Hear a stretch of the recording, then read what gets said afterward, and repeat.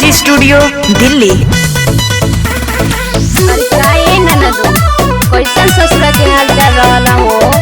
अरे का बताइए भौजी, हमार तो भतारे बकलोल बा। अरे का भइल तनी सुनाव। अरे तनी सुनो। मुँह फेर सुते फेर न करवटिया, बताई कैसे है भौजी।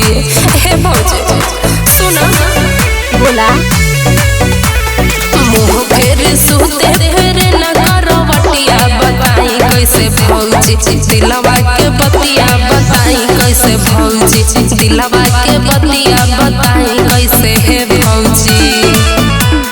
दिलवा के बतिया हो, दिलवा के बतिया हो, दिलवा के बतिया बताई कैसे भौजी। हम दिलवा के बतिया बताई कैसे भौजी हो, दिलवा के बतिया।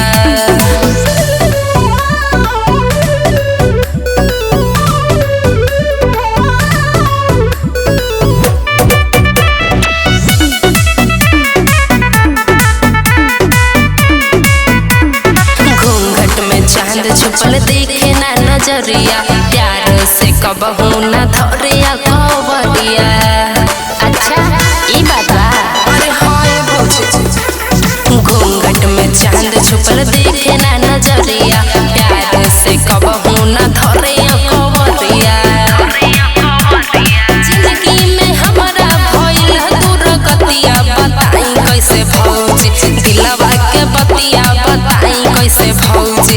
दिलवा के बतिया बताई कैसे है भौजी।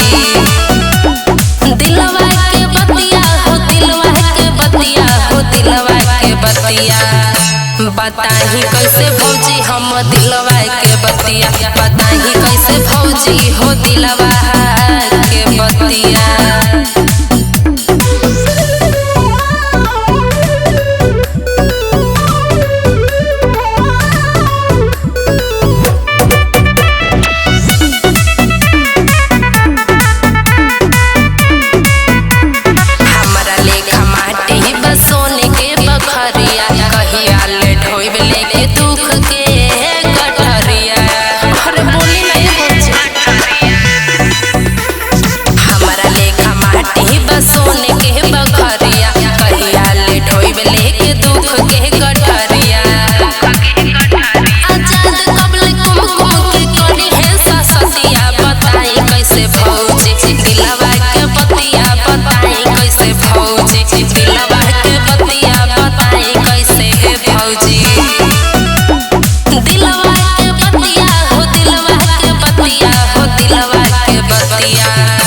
बताई